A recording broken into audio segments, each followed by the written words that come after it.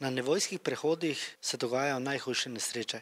Zanima me, koliko je takšnih prehodov v Sloveniji in kako si s tovrstno konferenco prizadevate izboljšati varnost.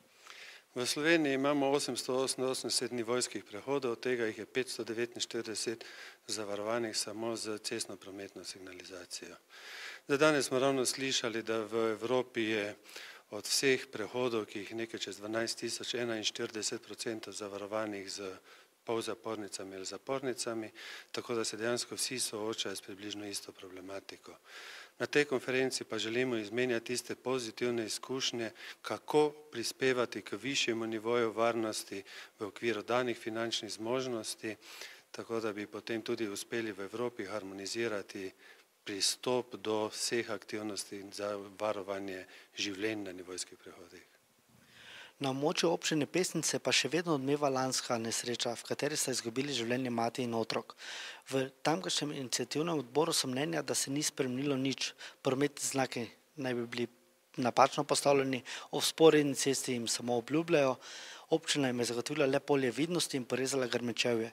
Zato ne izključujejo novih javnih protestov, saj jim ta železniški prehod edina pot do njihovih domov. Že pred letom dni je bil jasen dogovor tako med Ministrstvom za promet in županom občine, kakšni so nujni ukrepi.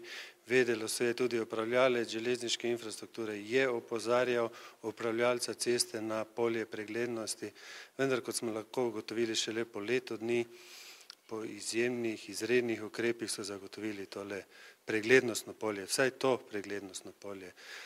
Na splošno bi pa rekel, da očitno zakonodaja ni zadosti dorečena glede odgovornosti tistih, ki morajo za svoje delo v okviru svojih pristojnosti, kjer opravljajo določen del, da očitno ni odgovornost zadosti poudarjena. Mi smo predlagali, sedaj se pripravlja spremembe dopolnitve zakona o varnosti v železniškem prometu, ker sem jaz osebno predlagal, da se to odgovornost zaostri. In kaj to pomeni za tamkajšnje občane?